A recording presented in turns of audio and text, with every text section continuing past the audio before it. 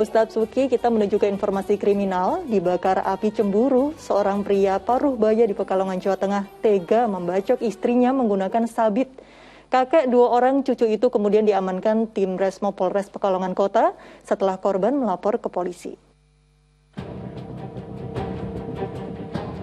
Harjono, 61 tahun, warga perumahan Seruni, Kelurahan Gamer, Kota Pekalongan, Jawa Tengah, diamankan polisi Satraskim Polres Pekalongan Kota karena tega membacok istrinya sendiri. Di hadapan penyidik, pria yang berprofesi sebagai tukang parkir ini mengaku menganiaya korban dengan menggunakan sebilah sabit, sehingga korban luka-luka di bagian tangan dan badan. Tersangka mengaku tindakannya dilatar belakangi api cemburu serta kesal karena korban kerap pulang ke rumah orang tuanya dan tiba-tiba menggugat cerai dirinya. Saya secara tak langsung ya emosi. Sedikit. Dibacok istrinya. Iya. Kena di bagian apanya, Pak? Kena kegores. Polisi berhasil mengamankan sebilah sabit yang dipakai tersangka untuk membacok korban. Hingga kini tersangka masih diperiksa secara intensif untuk mempertanggungjawabkan perbuatannya. Tersangka mengaku menyesali perbuatannya karena pernikahannya yang sudah berjalan 37 tahun harus berakhir tragis. Kuncoro Wijayanto melaporkan dari Pekalongan, Jawa Tengah. Ya, innalillahi, kita turut prihatin dengan peristiwa yang menimpa korban ini. Ustadz Suki, jika kita runtut kejadian ini, suami kesal lantaran istri kerap pulang ke rumah orang tuanya. Nah, bagaimana komunikasi yang harusnya dijalin jika sepasang suami istri mengalami kondisi seperti ini, Ustadz? Ya, baik, memang komunikasi di dalam rumah tangga itu sesuatu yang harus. Ya, apalagi misalnya kalau yang satu atau istrinya ini adalah merupakan wanita karir misalnya. Maka walaupun dia punya jabatan di kantornya atau apa, ya tetap komunikasi disampaikan.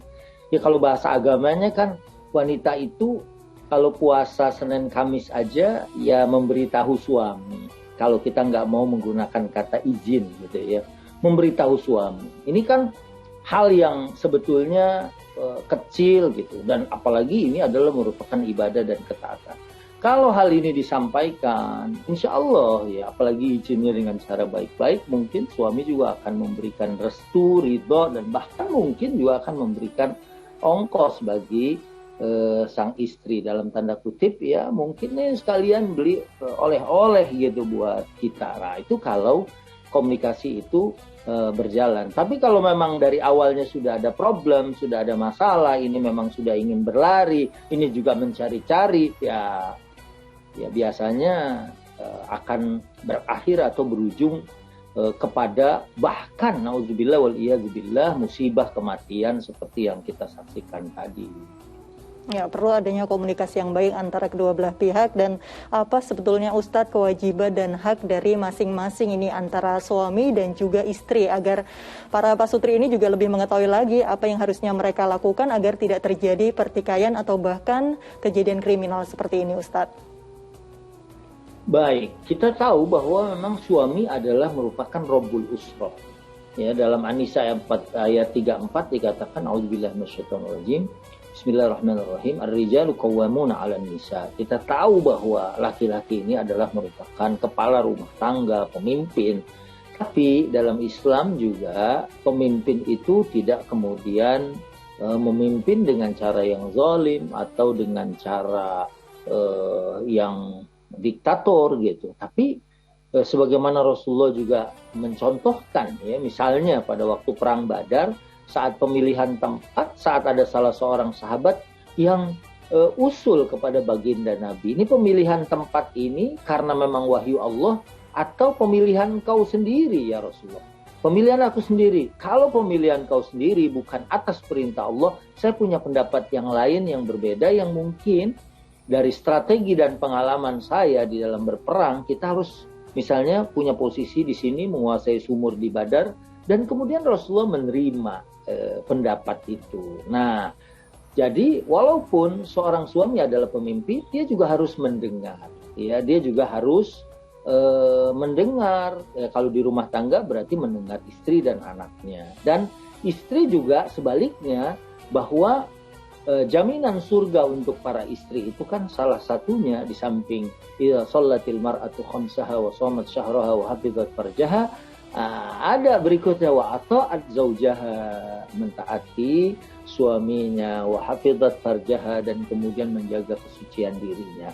Selama suaminya tidak memerintahkan yang maksiat, maka seorang istri harus mentaati suaminya, walaupun suami juga tidak boleh kemudian dia semena-mena atau berlaku di luar batas atau merasa bahwa kekuasaannya dia memiliki istrinya, kamu adalah milikku dan terserah ya aku yang akan mengarahkan. Ya, didengar juga partnershipnya bagaimana sebagai suami istri kalau ada usulan atau mungkin pandangan yang disampaikan oleh istri bahkan anggota keluarga yang lain, sehingga keluarga akan berjalan dengan harmonis ya untuk mencapai kebahagiaan dunia dan akhirat.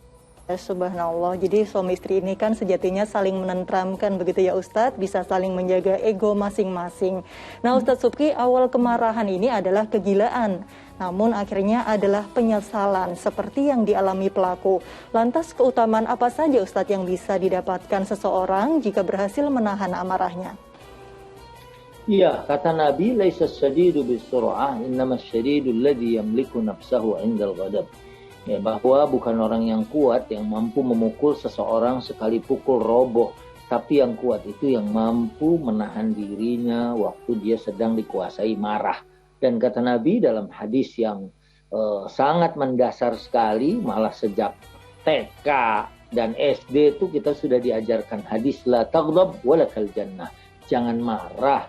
Kalau kita mampu menguasai marah kita atau marah dengan cara yang adil, dengan cara yang bijak, maka bagi kamu ada surga dari Allah Subhanahu wa Ta'ala. Masya Allah, luar biasa sekali. Amin, amin ya rabbal alamin. Baik Ustadz Subki, kita menuju ke informasi selanjutnya.